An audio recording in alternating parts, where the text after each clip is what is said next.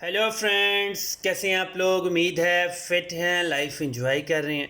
Friends, आज detail से video share करेंगे बोन मील फर्टिलाइज़र के अबाउट। और ये 100% ऑर्गेनिक है और ये आपको मार्केट में ऑनलाइन भी मिल जाता है, गार्डनिंग शॉप से भी मिल जाता है। मैक्सिमम ये 200, 250, 350, 450 का पर केजी है। लेकिन आप इसकी क्वालिटी आप कोशिश करें कि अच्छे ब्रांड का लें, क्योंकि अगर आप कोई लो क्वालिटी का लेंगे तो उसके अंदर ये तो चूना भी मिला देते हैं और जो वाइट कलर की मट्टी होती है या जो वाइट सीमेंट होता है उसकी 2 नंबरी भी कर देते हैं। मतलब आप प्लांट्स को बेनिफिट्स देने की बजाय उल्टा उनके अंदर कुछ सीमेंट या कुछ ऐसी गंदी चीज़ मिला देंगे जिसकी वजह से उसकी ग्रोथ बिल्कुल ख़राब हो जाएगी। इसलिए अच्छी क्वालिटी का लें। अब ये होता क्या है, इसमें कौन से न्यूट्रिएंट्स होते हैं। बेसिकली जो स्लाटर हाउसेस होते हैं जहाँ पे हमारे एनिमल्स को कट किया जाता है, कुर्बान किया जाता है, वहाँ पे गोश्त हटा के उनकी जो हड्डियाँ होती हैं उनको पहले स्टीम में बॉयल किया जाता है, जिसको हम स्टीम क्रश एनिमल बोन्स कहते हैं। इसका पाउडर बना लिया जाता है। इसमें बहुत ज़्यादा अमाउंट में फास्फोरस है, नाइट्रोजन है, और जो पोटाशियम की अमाउंट है वो बहुत कम होती है। अब जो हमारा नाइट्रोजन है वो हमारे जो रूट्स होती हैं उनको डेवलप करता है, एकदम प्लांट्स को स्ट्रॉन्ग करता है, स्टेबल करता है। और जो हमारा फास्फोरस होता है वो हमारे प्लांट्स को ग्रीनरी प्रोवाइड करता है। नाइट्रोजन भी बेसिकली यही करता है, ग्रीनरी, और हमारी रूट्स को स्टेबल करता है, प्लांट को बूस्ट करता है। और जो हमारा पोटाशियम होता है, इसके अंदर पोटाशियम मैक्सिमम 2 या 3% होता है, मतलब बहुत कम अमाउंट में। लेकिन जो बेसिकली जो वर्किंग करता है पोटाशियम, वो हमारे जो सिस्टम को रेगुलेट करता है। मतलब प्लांट जो कुछ रूट्स से इंटेक करता है, सक करता है, वो हमारा पूरा फोटोसिंथेसिस का प्रोसेस करवाता है, वो हमारे प्लांट को एकदम से बूस्ट करता है।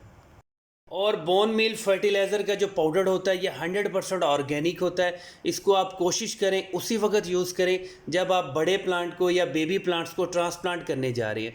इसको जो आपके सीजनल प्लांट्स होते हैं, जो वेजिटेबल्स होती हैं, उसमें सिर्फ एक बार यूज़ होगा सीज़न के अंदर। और ये बहुत ज़्यादा स्लो फर्टिलाइज़र होता है। इसमें जो फास्फोरस है या जो कैल्शियम है वो स्लो रिलीज़ होता है, इसलिए आपने इसको बार बार यूज़ नहीं करना है। और कभी भी आपने इसको गमले के सरफेस के ऊपर स्प्रिंकल नहीं करना। इसको मिट्टी के अंदर दबा देना है, ऊपर मिट्टी की लेयर डाल देनी है।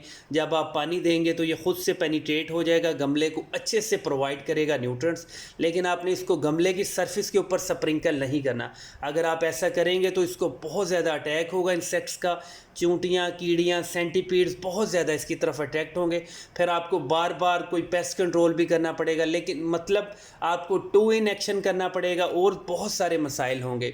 आपके चिलीज़ प्लांट के लिए ज़बरदस्त है, लेकिन जो आपके सीजनल प्लांट होते हैं, चिलीज़, टोमेटोज़, या जितनी भी आपकी समर की या वेजिटेबल्स जो भी आपकी विंटर्स की होती हैं, उसमें आपने सीज़न में एक बार यूज़ करना है, बार बार यूज़ नहीं करना। इसका जो बेस्ट प्रोसेस होता है, जब आप बेबी प्लांट को ग्रो करते हैं सीड से, जब वो 2-3 इंच का हो जाता है, जब उसको आप ट्रांसप्लांट करने जाते हैं, तो जिस गमले में उसको ट्रांसप्लांट करना है उसकी मिट्टी के अंदर 1 टीस्पून लाजमी यूज़ करें। उसको अच्छे से मिक्स करें, उसके अंदर बेबी प्लांट को ट्रांसप्लांट करें। फर्स्ट टाइम ज़्यादा सा पानी दें, ड्रेनेज होल से थोड़ा सा पानी निकल जाना चाहिए। उसको कोई ट्रांसप्लांट शॉक नहीं लगेगा और आपका प्लांट जो होगा वो पूरे सीज़न के लिए अच्छी ग्रो करेगा। उसके ऊपर फ्रूटिंग भी होगी, फ्लावरिंग भी होगी, आपको 100% परफेक्ट रिजल्ट्स मिलेंगे। लेकिन आपने इसको बार बार कभी भी यूज़ नहीं करना। और आप कोशिश करें जो आपके बड़े प्लांट्स होते हैं उनमें बिल्कुल भी ये यूज़ ना करें, क्योंकि इसकी अमाउंट इतनी थोड़ी होती है, उनको बहुत ज़्यादा फ़र्क नहीं पड़ेगा। मतलब जो आपके छोटे प्लांट्स होते हैं, चिलीज़, टोमेटोज़, वेगीज़ के, या जो आपके लेमन के प्लांट्स हैं, पोटेड प्लांट्स हैं, उनके लिए बहुत आइडियल है।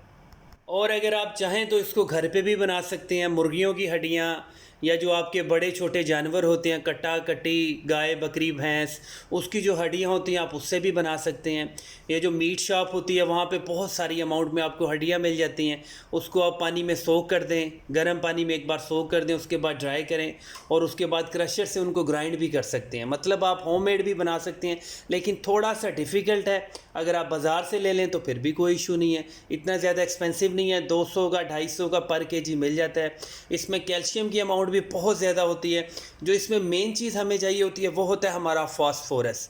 फास्फोरस हमारे बेबी प्लांट्स के लिए बहुत ज़बरदस्त होता है। और बेबी पर प्लांट्स को फर्टिलाइज़र उस वक्त चाहिए होता है जब हम उसको नेक्स्ट स्पॉट में, नेक्स्ट डेस्टिनेशन में ट्रांसफ़र कर रहे हैं, शिफ्ट कर रहे हैं।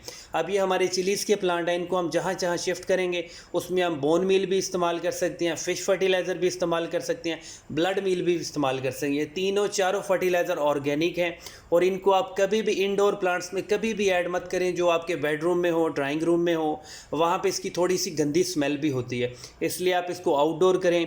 ऐसे प्लांट्स में तो आइडियल है जो बिल्कुल धूप में पड़े होते हैं, और जो शेडी एरिया में होते हैं उनमें भी बेस्ट है। आप इसके फ्लावरिंग के लिए भी आप यूज़ कर सकते हैं, लेकिन ये 100% ऑर्गेनिक है। इसके जो यूजेस हैं वो बहुत ज़बरदस्त हैं, इसलिए कोशिश करें कि सिर्फ उन्हीं प्लांट्स में यूज़ करें जिनसे हमें कुछ खाने पीने की चीज़ें मिल जाएं, जैसे चिलीज़, हमारे टोमाटोज़ हैं, हमारे लेमन हैं। फ्लावरिंग प्लांट्स के लिए आप यूरिया, NPK ऐड कर दें, जिसके कोई साइड इफ़ेक्ट अगर होते भी हैं तो फ्लावर्स की साइड तक रहें, और इसको आप लाजमी यूज़ करें। थैंक